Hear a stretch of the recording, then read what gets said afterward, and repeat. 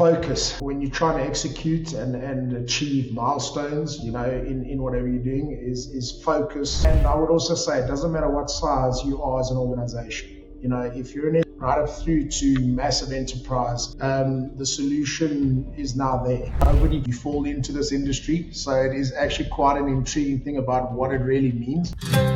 Welcome to the Payroll Podcast, the show that explores the latest insights and innovations in the world of payroll.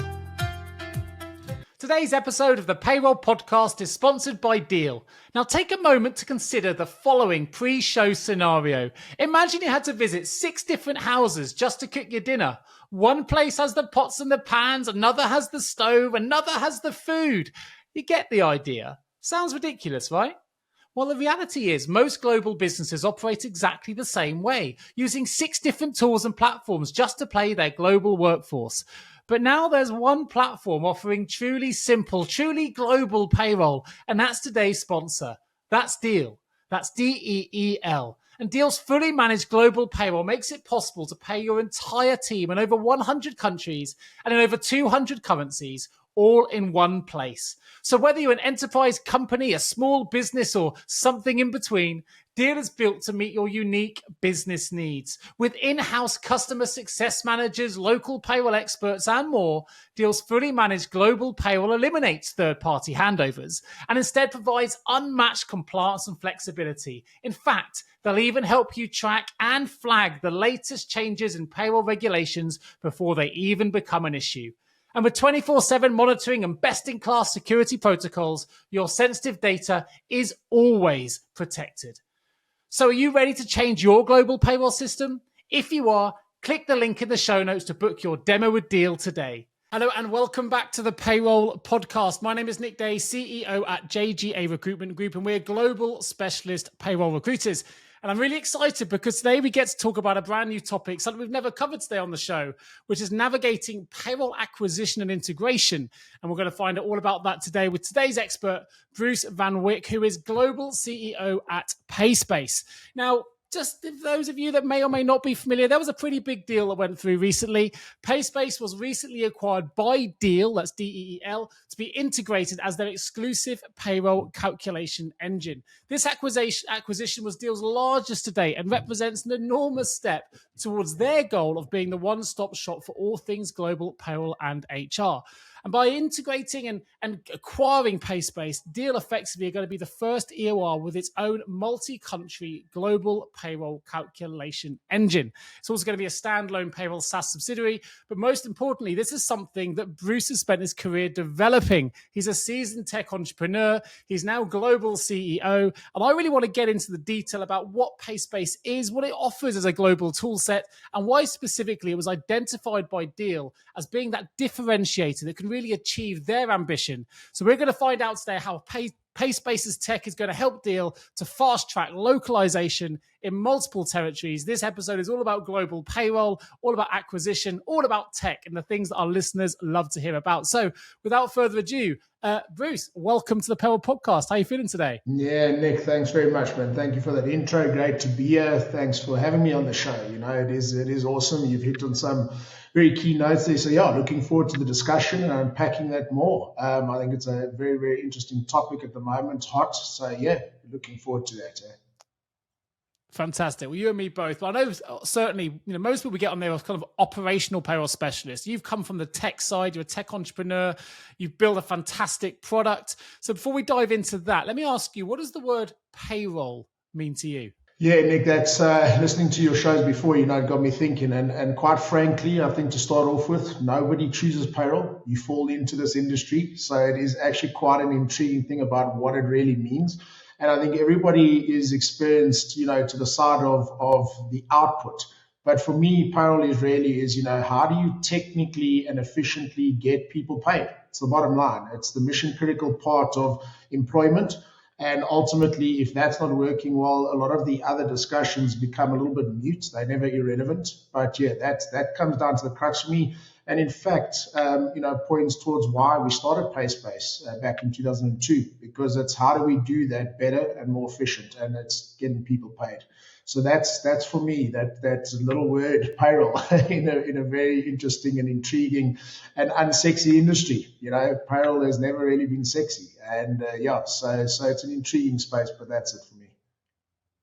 Well, it's certainly changing. I think it never used to be sexy. Certainly getting sexier now. We've got some genuine unicorn companies coming into the market. Companies like Deel that are really disrupting the space, and I think it's sexier than it's ever been. If you've ever put those two words together, payroll, I think, is becoming sexy. Before we jump into the reasons of why, because I think global payroll is just blowing up at the minute. Companies everywhere are going through transformation and looking at how they can do global payroll better. If they're not doing global payroll yet, they're preparing themselves because they might in the future. But what was the inspiration for you then behind launching PaySpace? Even in the first instance, what was the gap that you spotted? How did you fall into this now sexy, as I would call it, industry? Yeah, Nick, I mean, if you have a look, the last 30 years plus, right, many of the vendors globally, it's not just a phenomenon on the African continent, which is where we originate out of, was the same.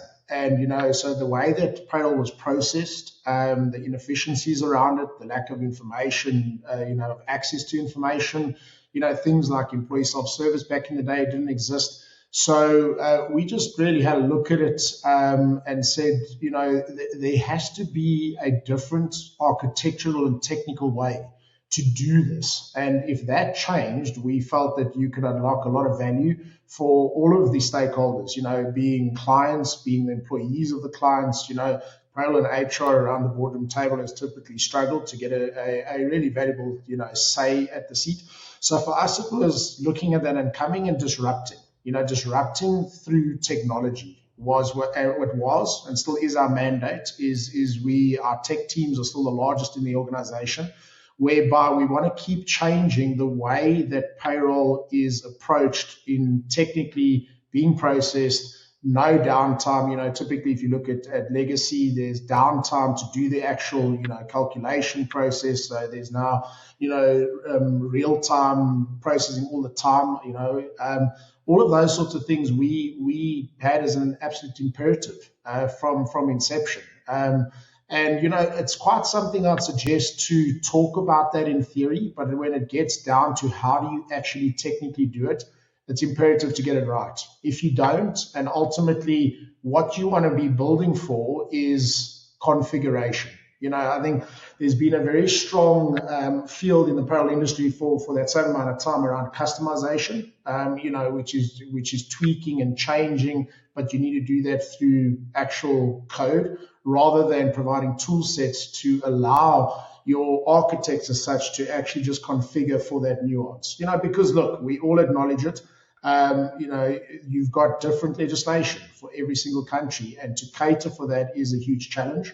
So changing the approach was paramount, for us. And in doing that, doing it in a way that actually, and I've introduced that word now, we might as well use it, doing it as sexy as possible, which is a great user experience for the payroll administrators of clients, for business partners, but obviously crucially for the employee at the end of the day. Yeah, I like the way you finished there. I mean, you said crucially for the employee. We've seen the payroll industry shift significantly into the employee experience, something we were never talking about in the world of payroll, even 2-3 years ago. Those two things didn't really combine. It was back office, employee experience was down to people management or HR or other people. But actually now people are really recognizing the impact payroll professionals have on that employee experience. And I think that coincides with global payroll just kind of blowing up, really. And I had a really good talk with Peter Tiliakos, who was talking about, he did a survey recently, a global survey. And the findings from that he reported were only 12% of the people surveyed are through a transformation. They're on the other side, which suggests that everyone else is still right in the heart of it, right in the weeds of this. And we're seeing a lot of change going through global payroll. So what is the big deal about global payroll right now? And why are we seeing so much transformation in this space? Yeah, Nick. So look, I think, the definition of the word global payroll itself is intriguing because it's been thrown around by vendors by requirement as such. So I think to start off there is, I think first and foremost, there actually hasn't been true global payroll ever in the history of the world offering. And when I say that, I'm talking from a technological perspective primarily. Obviously, in terms of services, There's been various approaches and solutions, disparate, ways of doing that, and that I acknowledge, and that does exist. So there's really this yes/no answer. Why has the concept of global payroll? So global payroll, if you take by definition, is really actually someone who requires payroll processing in more than two countries, two or more, let's call it, right? If in my world, my definition, if you're going to what I would say is true global payroll, that is the ability to process payroll anywhere in the world and on a single system. That's really the goal. Okay. And that's why I say it hasn't existed in the past, and there's reasons for that. Why is it exploding now? Well, I think the advent of COVID, took where prior to that, it was mostly enterprise businesses that had the demand for it. Whereas with COVID, and this remote work and anywhere in the world, all of a sudden you had small business, medium-sized business having that exact same requirement. And the challenge in payroll has always been the complexity does not change based on your size. You could be a 10, 15-man consulting organization that has the same complexity requirement as a 20,000-man multinational. And for that reason is why I believe it has exploded. It was always coming, and for me, it's just been fast-tracked because of the events that forced it to, which is there was no other choice. And all of a sudden, for economic reasons of competing, in that space, wanting to do it, being forced to do it, global payroll in terms of getting people paid around the globe is now a necessity, and it doesn't matter on your size. So I think that to your point, 100%, there's explosion around the topic, who's doing what from a vendor perspective, what are clients requiring. But if you do a lot of the analytical reading, it comes down to one thing, which is the challenge is to find a single instance of that to provide for all of it. And that's the big, kind of cry from business, because that's what's going to sort out all of the challenges, the manual interventions, and the inefficiency around it. So that's the core reason I'd suggest it has been fast-tracked. I think we would have got you anyway, down the line, but it just hit us a lot sooner than what a lot of pundits were expecting in the industry. Yeah. I think interestingly, certainly from my perspective, the recruitment lens, if you like, I think one of the things that's really accelerated global payroll is the ability for people to be able to work more remotely, and that to be more accepted on a widespread basis, which means that now companies are hiring in locations they hadn't previously considered because they know they can take people on a remote basis to do a job. Even if you're processing UK payroll, actually, if I've got a UK payroller based in, Bulgaria, and it's more cost effective to find someone there who's got multiple country experience, let's do that. And as a result of that, we're seeing a lot more global payroll come to the fore as well, in response to just having more companies accessing bigger talent pools. The talent space is still very, very, very competitive, so people are looking further afield. I think one thing that's interesting to me, and I don't know, maybe it's a slightly challenging question, but I know that the dream is to have that true global system that does every single country. But does that make economical sense to do so? Because if you are a business where typically you're not expecting more than one, maybe two employees in a particular jurisdiction or region or area, does it make sense to create the tech to support that? Would it not be easier sometimes just to partner? And I think I would argue that's probably why no tech solution does exist at this point, just because economically and commercially, perhaps it hasn't always made sense to do so. But I'd be interested to get your view. Nick, I think you're 100% on the button there with regards to why it hasn't existed before. And it's exactly that, right? Is you've had vendors that have just not seen return on investment to go out and localize for every single one of those countries. In our world of the SaaS, your price point is a lot lower because you've got local competition, to your point, where you maybe have a vendor in country who's willing to just focus on that country, put all of their resources into it. You come into the country as a global player where you obviously need bigger teams to do the tech, and all of a sudden you're not getting the right price point. That is where I believe that Deel and the transaction with acquiring us is changed, and for the first time in the history of the globe, positioning where you have an EOR player owning its own calc tech, okay, for payroll. And if you have a look at the price point of EOR, all of a sudden the feasibility of having the appetite to go after every single country is actually there from a financial perspective, because your price point's a lot higher. And therefore, you're able to now actually, and in our case now, the deal is, picture this, you could go after a client that either just wants EOR or global payroll in their world, or SaaS, or you could have a hybrid of all three. And those price point mixes makes it a lot more feasible to get return on investment and actually say, yes, I do want to play there, which is what they've done. And we always said to ourselves since starting that the right player with, the financial resources to spot that, acknowledge it, and then actually throw the resources at it was going to just literally be uniquely positioned. And that's what we believe Deel is achieving by doing that. But because, to your point, that, if the numbers don't make sense, well, that's why a lot of bigger vendors in the past didn't go for it, because they couldn't see return. They would rather play in their core home background, dominate and monopolize that situation. And therefore, I am going to go out on a limb here and say, for the first time, there is a player that has the willingness and the resources to actually go after it, knowing that they have to have the right price points to actually give that return on investment through the three core, let's call it, pillars as such. So acknowledged, to your point again, that's why it hasn't existed in the past. It's for very good reason. But that is now changing, with regards to how we're approaching that and what I've said. It's certainly exciting. I remember when the press release landed on my desk about the acquisition. Right, I didn't know anything about it, so it was a surprise. I thought, okay, that's a really, really interesting acquisition there. Well, they obviously would have been, if you're in, I'm not making an assumption here, but I'm sure Deel would have looked at lots of different tech vendors, global suppliers before taking this kind of strategic decision. They obviously settle on PaySpace, and I'd really love to know what it is about PaySpace's tech that sets it apart from others in the global space. But obviously, I work in recruitment. It's always a two-way deal. It's never a client hiring a candidate. It's also a candidate choosing a client. So what was it also from your perspective that made you feel that actually this is also the move that I want to take PaySpace to the next level by being part of this acquisition as well?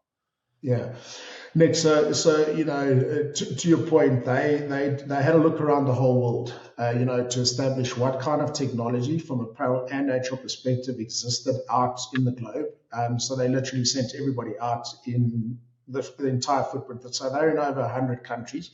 So they had a very good pool of being able to analyze what was out there, and they did that. They put dedicated teams towards it. And ultimately, it was not just about, the norm of what you look for, which is, can you process payroll? Can you do gross to nets? It was about how. And it comes back to what I was saying earlier, they identified that we had architected a payroll and HR framework that was directly attributed to addressing those previous pitfalls of the payroll industry, which was, how do you process? You cannot have payroll that is processing where we need downtime to actually calculate the results, right? It has to be an always on situation. So we've had that since 2002 as a concept, right? You cannot go, and when you look at doing reporting, you cannot go in and actually code reporting per country. You've got to start to bring in where that can be delivered in a fashion where you're not relying on teams. So we got to a point where we architected tool sets, number one, okay, which is the ability to configure. So when our teams go in, they're able to simply say, okay, in this country, we have a nuance on basic pay or overtime or whatever it may be. And they're able to use the tool set to simply say, okay, well, I need another text field, or I need a date. It's effective date driven. It might be a checkbox. And it's a drag and drop situation, all right, that allows them to literally instantaneously create what is required. They put a formula to that to tell it what to do, and there's got to be a lot of flexibility in that to obviously achieve it. And again, if you don't architect correctly to create the tool set that way, well, you might deliver on a feature, but you're then going to say, okay, well, how do I do that quickly in another 10 countries? And that's really the nuance. So it was using technology to, number one, be a differentiator, but then architecting that technology in a framework that allowed configuration. Now, normally to kind of theorize and say that is one thing, but how do you actually do that? And that's where the change comes in. And that's what Deel came and had a look at. And when they saw the black box, and that's what we really call it, is this layer of where we allow and are able to configure in a way that no vendor has done before. And that's when Alex, the CEO, really worded it and said, we looked around the world and we actually didn't even realize that this type of technology exists. And it really comes from understanding how to do payroll in a bureau type fashion, which is, multi-country with business partners, allowing total flex. And the crux always came for me, Nick, in that you need to be able to cater for a one-man shop right through to 50,000 plus on one system. If you can do that, you know that you've probably ticked the right configuration frameworks to achieve that in multiple countries. And that's in a single code base, single instance of technology. And that's what they did identify. We've been engaged along the years by other very big players.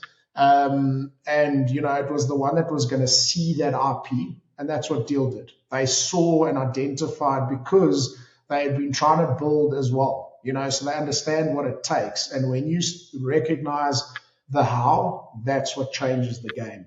So, it's really those layers on what we call bureau level. So that's really the top level of where we can literally architect and say, okay, there's another country, what are the requirements for it? And we literally just configure accordingly. Another key aspect to that is that when you then do that configuration, it creates the API layer by just doing those drag and drops. So when you then start to talk to integration, which becomes imperative, that automatically is just delivered part and parcel. So those things are key, to make sure that you can technically do it and then that you can do it efficiently. And they identified that. So it is, it's differentiating and it's disruptive. And that's why they were willing to do, the biggest deal that they've done. And then just that last part of your question, Nick, on, for us, it was always going to be, if there was a partner that came along, it needed to be the right partner. And for us, the key there was going to be identifying the IP, which they did, acknowledging it, but then critically having that entrepreneurial mindset to actually utilize it and in a way that was going to quickly go to market, get market share. And that's why, we're a family-founded business. In effect, Deel is the same. So that we're the same mindset and approach to this, which is innovation, disruption through technology. They do the same on their side. That's what they identified. So everything resonated, and came together, I suppose, weirdly in a perfect, setup, which is why we decided to go ahead with the transaction. It made a lot of sense for both parties, and I think it is literally positioning for the first time in the world something that hasn't been seen.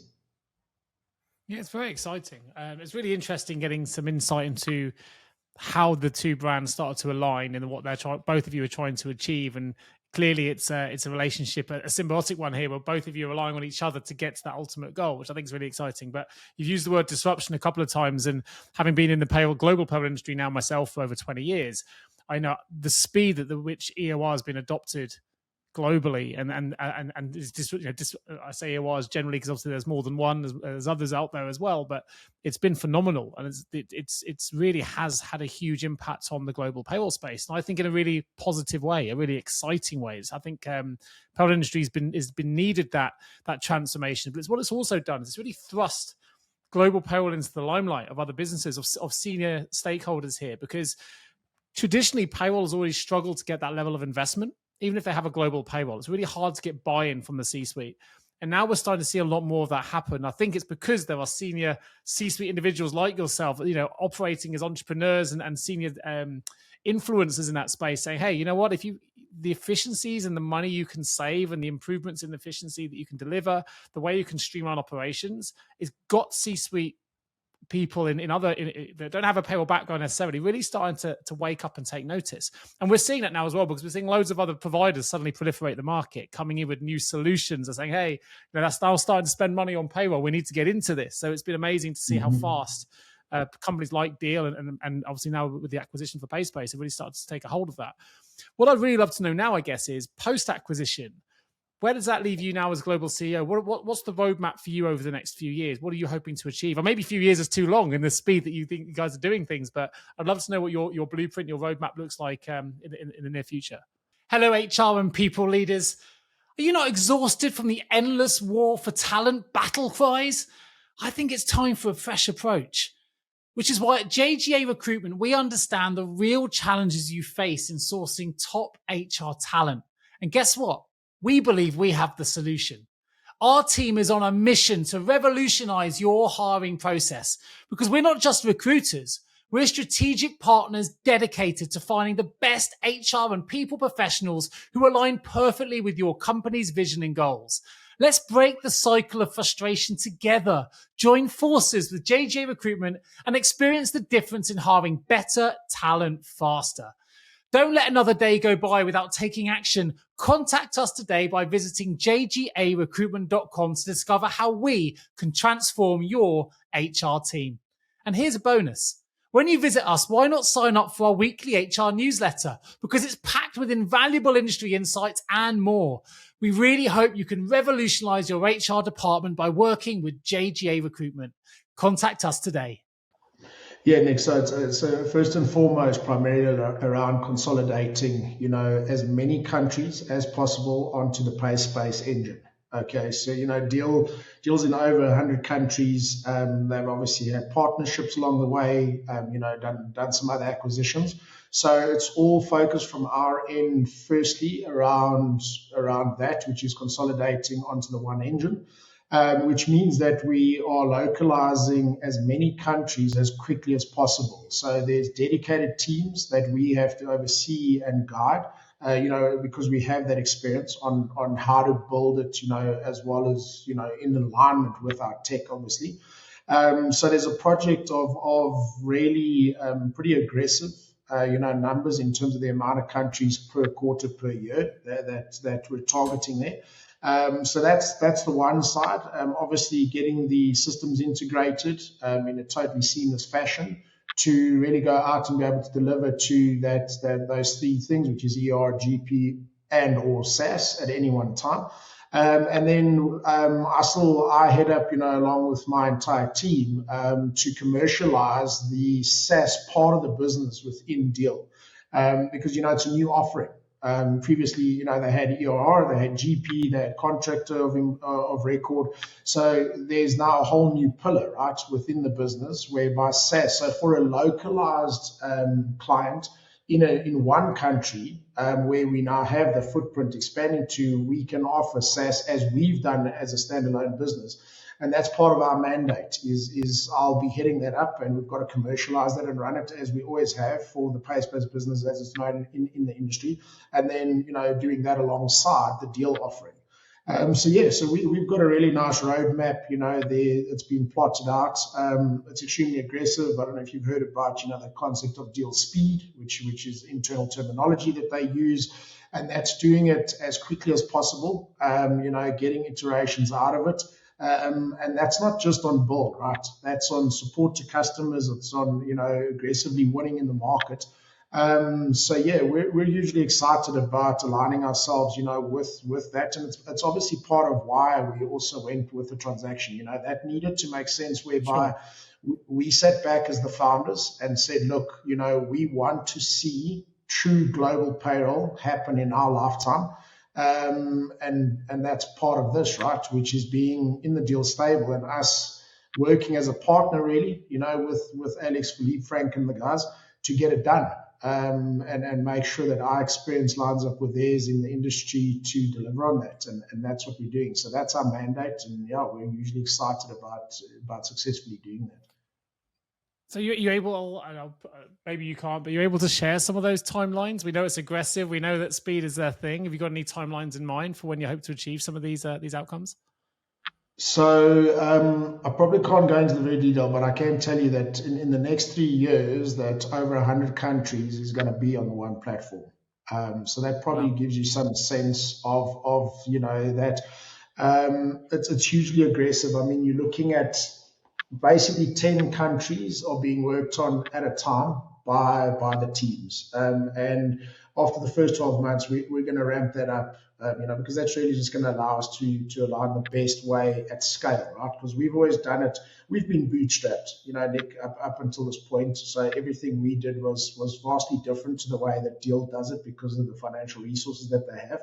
So it's just about adjusting to that in the first 3 to 6 months, I'd suggest. And then once we've got that formula polished, it's really ramping it up. So yeah, it's going to be really aggressive.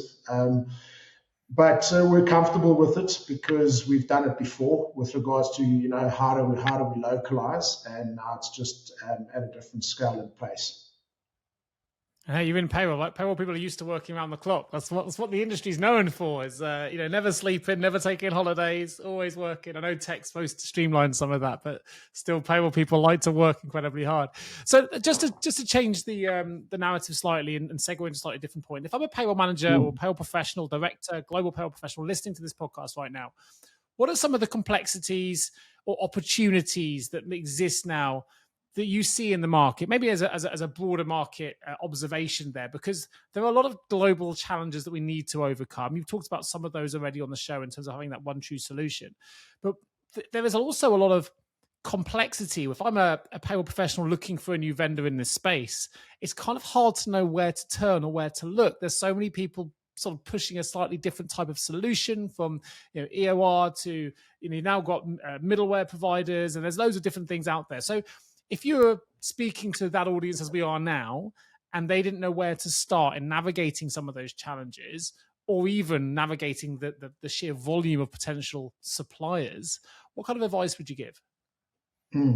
Yeah, it's a great question, Nick. I think it's so first and foremost, I'd suggest that you have to be looking at cloud, okay? But I want to be quite clear there that cloud-based, I think, is not where you want to go, because that's in our interpretation simply taking a legacy solution and hosting it in the cloud. So typically you would have your same technical challenges that you've had in the past.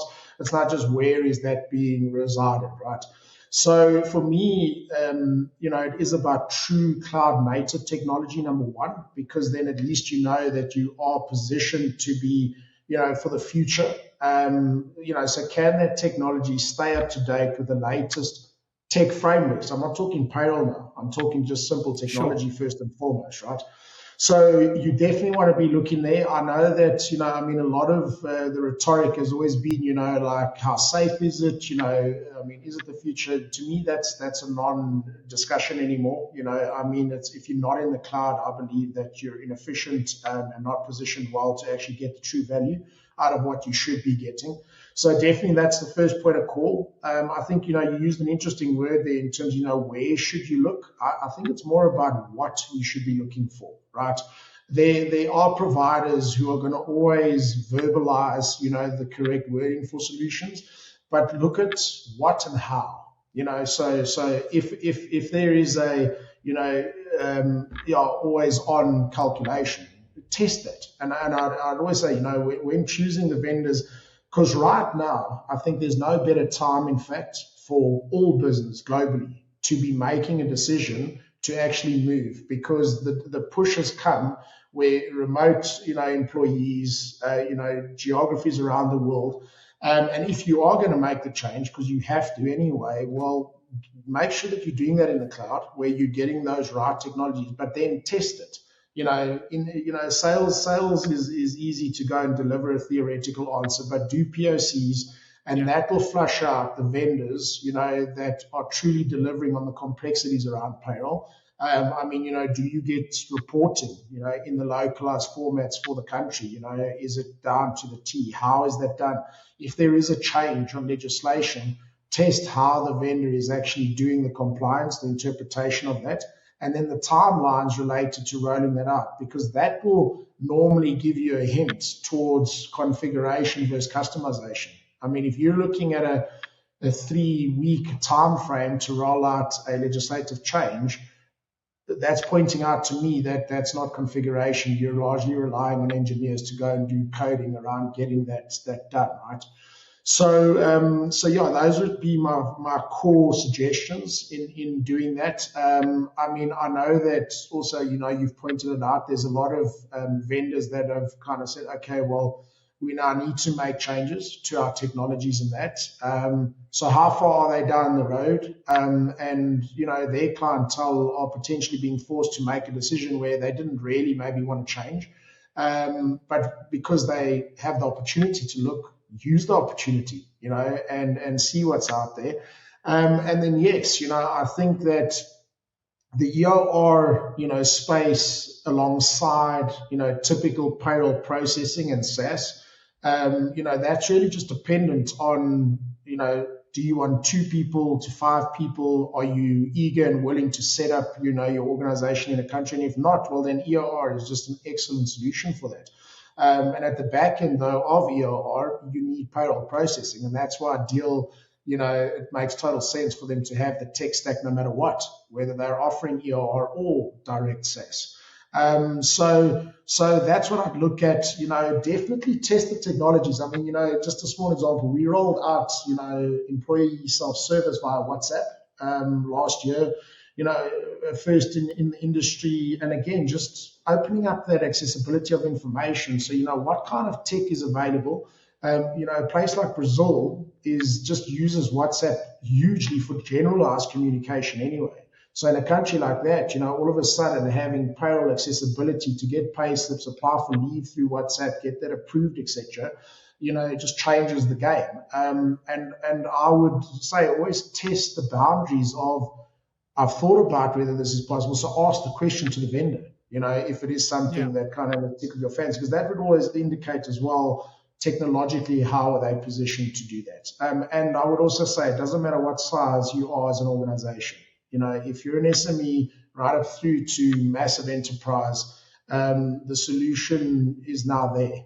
And you did allude, just to round off on that, Nick, is a lot of people have been kind of shaken up to it. A lot of big business has already also made the decision and moved. We have a lot of big ticket, client names that have made the decision, moved across, and it's been a huge success. So, there shouldn't be a thing of, well, I don't want to be a guinea pig, because it's actually already happened.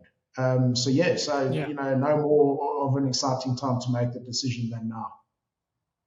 A few things to pick out there. I think the one thing that I've really learned from today's discussion is that and I never really considered it before. It seems so obvious in the way that you've painted it today, is the difference between customization and configuration. And I think in my head, I'd kind of always considered it being one and the same. Of course, it's clearly not. And I think you mentioned that, now is the time to be looking for a new solution. I think the reality is, and I've seen it from the lens that I look at and the transformations that I know that my clients have been through, in the last 2 years, technology has advanced so fast and so much, but also the type of solutions have advanced as well. The complexity, the bespoke nature of what providers are offering have changed. But even if you haven't gone through transformation in the last 2 years, I would arguably say there's a number of things that you could probably improve in that process. And it's probably a high chance as well you are dealing with a customization response to a problem rather than a configurable one, because we've seen configuration and those kind of solutions really come to the fore more in the last 2 years. So I think there were some really interesting points that you made there. And on the EOR side, I'm an easy convert. I mean, we set up in the US last year, and we're talking about the nature of being able to hire a global workforce.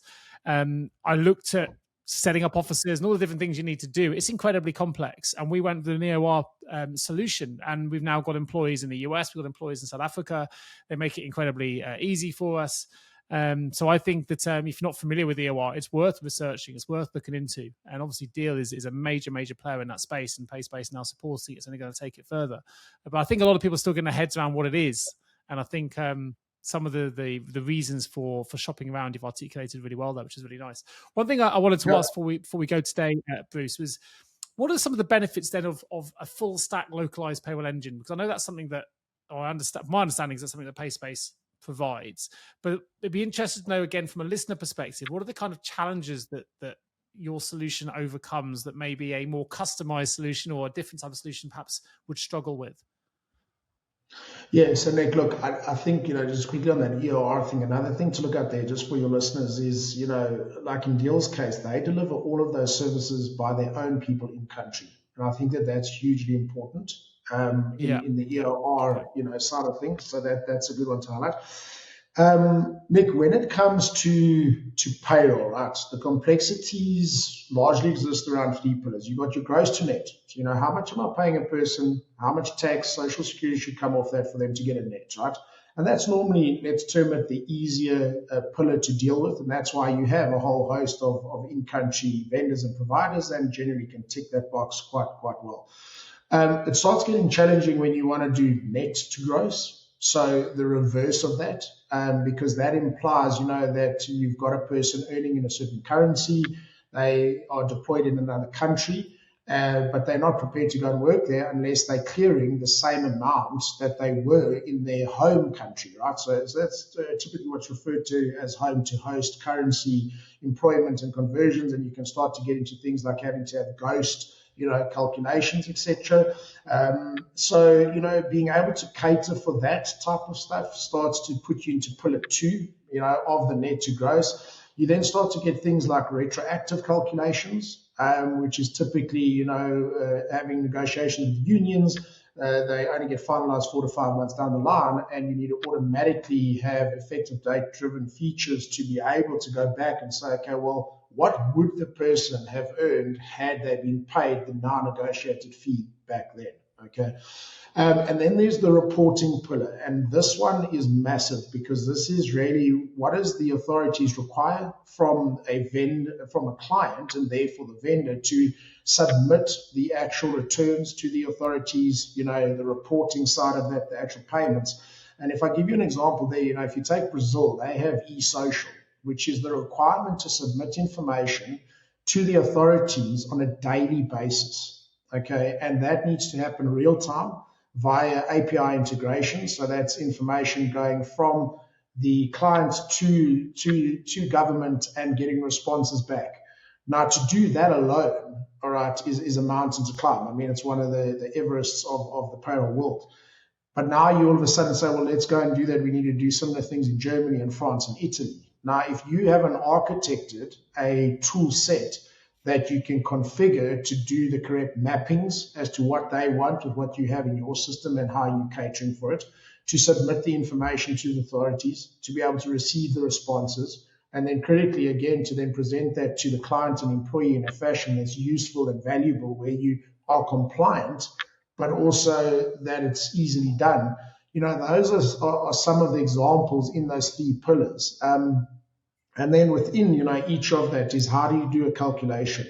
How do you allow a person to just set that up through configuration and not actually code it? But those three core pillars really drive why the challenge has existed around complexity.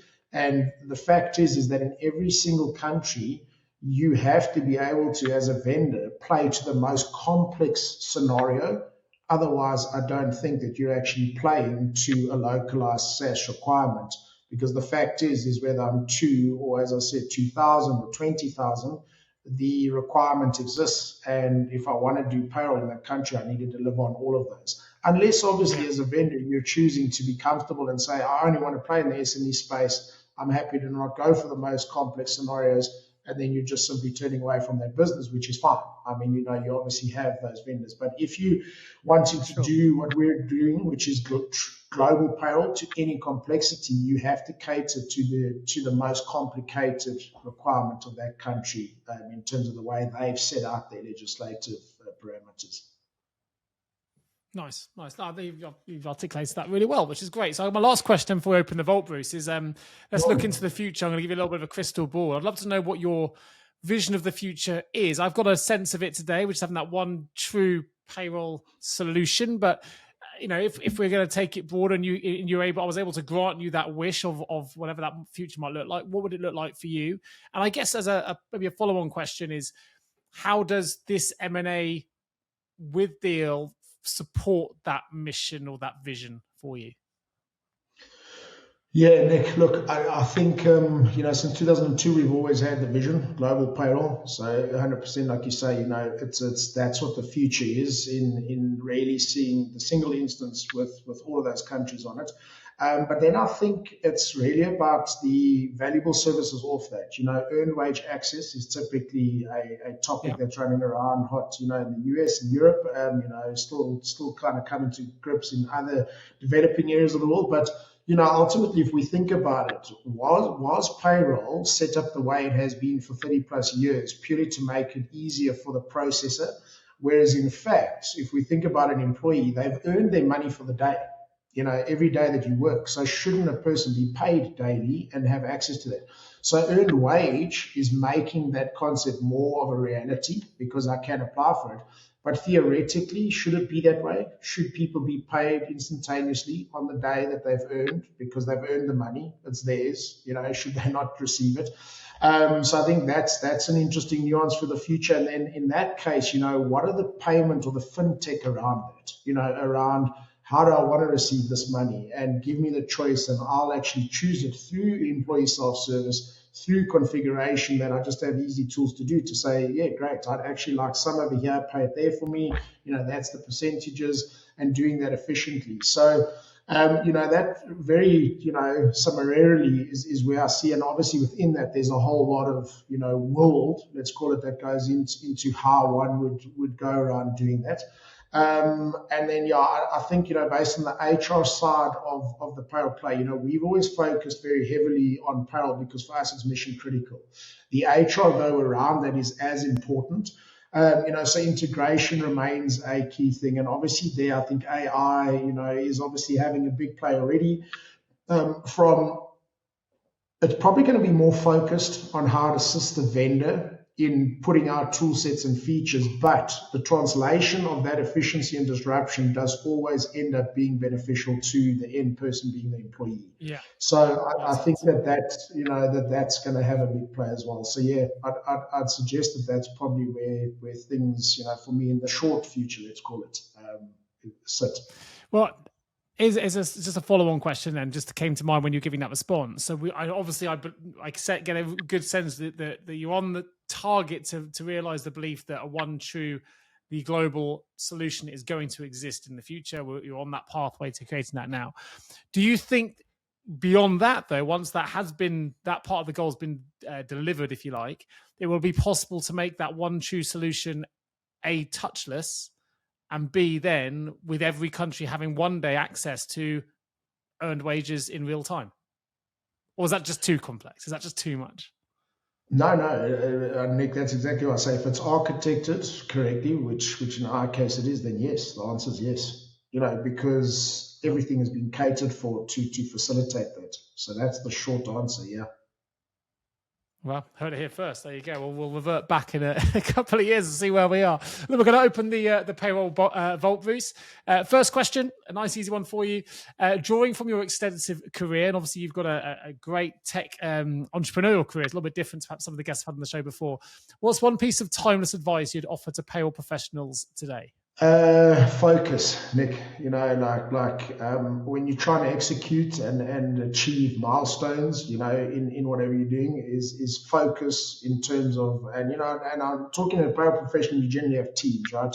Is have focused teams on each thing, to execute and get that delivery. And also, don't be scared to think out of the box. I think that the payroll industry, in terms of payroll professionals, tend to be quite conditioned, to the way they've always done things. Be open to exploring, doing things differently, because there are ways out there. And I think that's just going to bring excellent value and efficiency, to the day-to-day delivery to the business. Yeah, I love that. I love there's a famous quote that says, "What got you here won't get you there." And if you change the way you look at things, the things you look at change. And I think that's relevant in both those cases. So looking ahead then, I know you've talked about what you want to achieve in terms of the future of payroll, but what do you envision will define the future of payroll? The willingness to change quickly, Nick. It's I think the industry has actually been held back by not literally fronting up to wanting to do that change. It's been comfortable, and I think that getting out of that comfort zone is what's going to define it. Yeah, nice. And last but by no means least, a bit of fun. If the payroll industry was you can choose either a book, a song, or a film, what would it be and why? Nick, I'm going to go with film, just because I think that visually you can convey exactly, how ludicrous it has been from where it came, to where we are now. And it is a story. We talk about PaySpace as quite an unbelievable story. So I think you can just tell a great story through film. So I'd go with film on that one. Have any films come to mind of where you'd think of payroll? You can align it with a particular movie.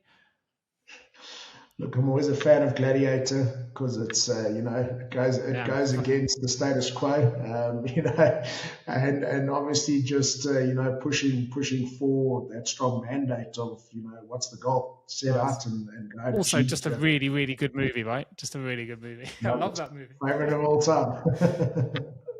Well, look, Bruce, if people want to find out more, I'll just let the listeners know. I will put some links in the show notes, both to PaySpace and to Deel. So depending on what you're looking at, if you want to find out more on both those sites, you can find out more about the acquisition itself as well and what this acquisition means for the future of payroll. So I do recommend looking at that.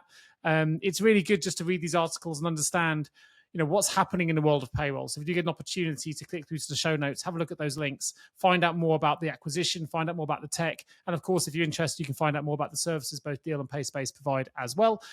With your permission, Bruce, I'll include a LinkedIn profile, if that's okay, if people want to connect and find out more with your permission. Is that okay with you? Yeah, 100%. That's perfect. So I'll put that in there as well. There'll also be a link to jjrecruitment.com if you need support recruiting staff. But look, to our listeners, thank you for joining us today on what has been a deep dive into global payroll acquisition, integration, but also learning about the difference between configuration, customization, and actually where the world of payroll is potentially moving to a truly global payroll solution. Something that we've been talking about actually for many years, from hearing it from other providers, but maybe now is going to be the first time we're actually going to see it come to the fore. So it's been a really, really interesting conversation with you today, Bruce. I really appreciate you coming onto the Payroll Podcast to share your wisdom, to share your insights. Hugely appreciate it. I'm sure our listeners will as well. Of course, if you do listen to the show and you enjoy it, please do remember to subscribe to the Payroll Podcast on your favorite podcast channel.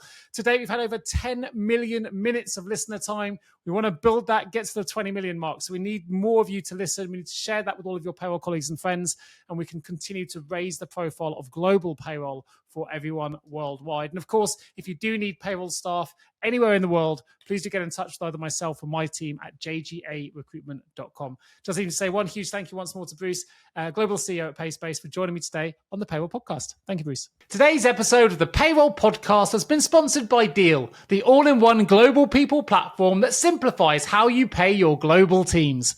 Deel's fully managed global payroll makes it possible to pay your entire team in over 100 countries and in over 200 currencies, all in one place. So whether you're an enterprise business, a small company, or something in between, Deel is built to meet your unique business needs.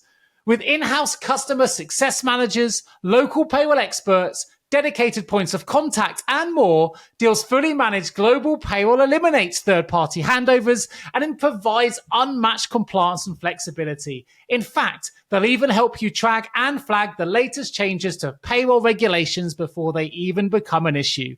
And with 24/7 monitoring and best-in-class security protocols, your sensitive data is always protected. So are you ready to transform your global payroll system? If you are, click the link in the show notes and book your demo with Deel today.